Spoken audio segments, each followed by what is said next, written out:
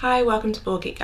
Today I'm going to be giving you a preview of the 2 to 4 player game Lander from Intrepid Games, coming to Kickstarter on the 3rd of March.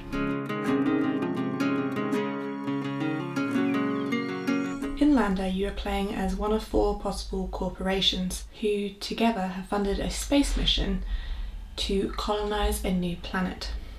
Before the arrival of the 5,000 strong colony, a small team of personnel is sent ahead to prepare the planet for habitation. However, upon entering the atmosphere, a huge electrical storm causes a crash landing, killing most of the crew. While you may have worked together to launch this mission, competition to be the market leader is fierce, and the corporation who contributes most to the colony's development over the next 6 years will be victorious. Lander is played over a series of years, which are effectively rounds. Sectors are areas of the planet with their own unique resources and various productivity levels. Structures are built by each corporation in order to gain control of sectors. The more structures built on a sector, the more resources are produced. Crew members are represented on cards with their own unique combination of classes, class levels, traits, and leadership abilities. Resources are produced by sectors and are either energy, food, or titanium. Activity cards consist of action cards, item cards, and training cards. Mission stars can be gained through silver missions, gold missions, or accolades. Accolades are always public, whilst mission cards may be private or public. You will start the game with just 2 crew members, a few claimed sectors, and a handful of resources and activity cards. At the start of each year, you will gain resources equal to the number of sectors you control, as well as their productivity levels. Over the years, you will expand the areas you control, as well as upgrading. With more resources, you are able to acquire more crew, as some of the stasis pods survive the crash. Crew members' classes and traits, along with resources and claimed sectors, are all vital components to complete missions. As competition is fierce, you'll need to be ruthless, using action cards and leader abilities to sabotage the other players, even going so far possibly as to kill their crew members. One of the unique aspects of Lander is its multiple game style. This means you can alter the gameplay to suit your preferences based on experience and game length. Basic simulation is for beginners, and you will race to complete 7 mission stars. Early arrival is designed for more experienced gamers, but still wanting a slightly shorter gameplay. When any player reaches 10 stars, the game will end at the end of that year. Planned arrival is a longer and more immersive experience.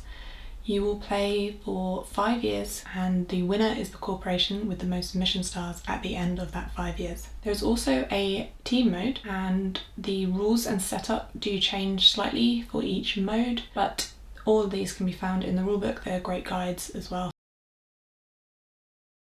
At the beginning of each year, event cards will be drawn. These represent the uncertain times you find yourself in.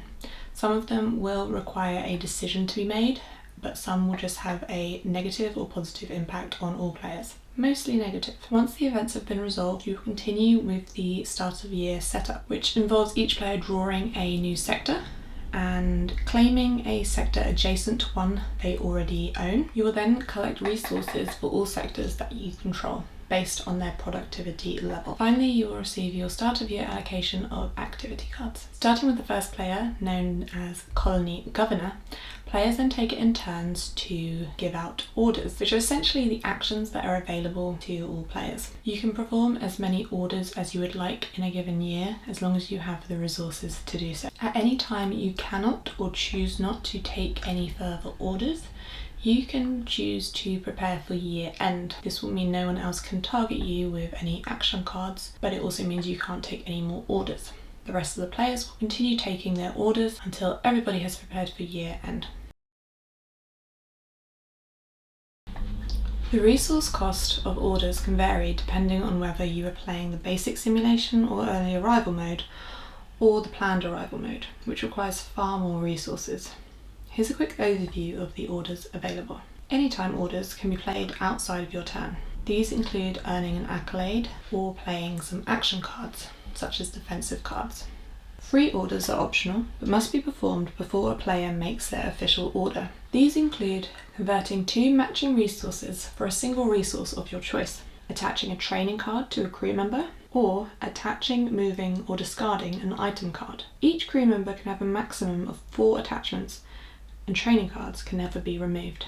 You may then perform one official order. When you upgrade, you will build a second or third structure on a previously claimed sector, increasing its productivity. The expand order is exactly the same as it is during the beginning of the year setup.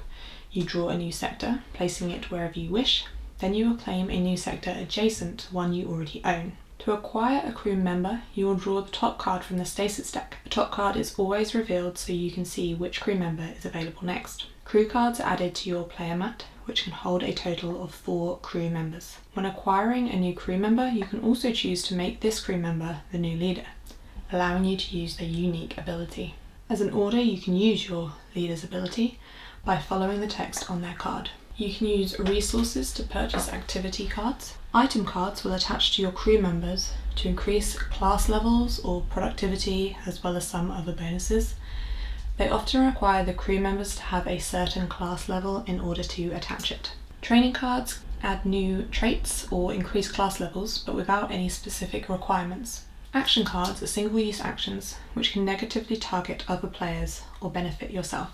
Most action cards will have a crew requirement in order to be able to play them. As an order, you can play an action card from your hand. Completing a mission requires an official order.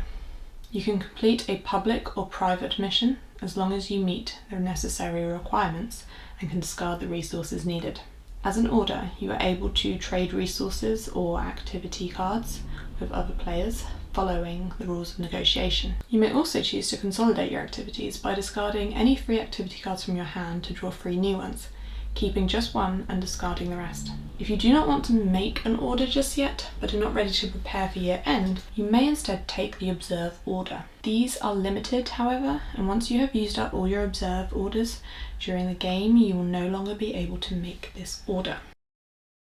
Since playing and recording this video, there have been a few improvements and rule changes, but you can find the full details of all of those using the links below in the description. If you want to play before you pledge, they have sent out 130 copies to various locations all over the world.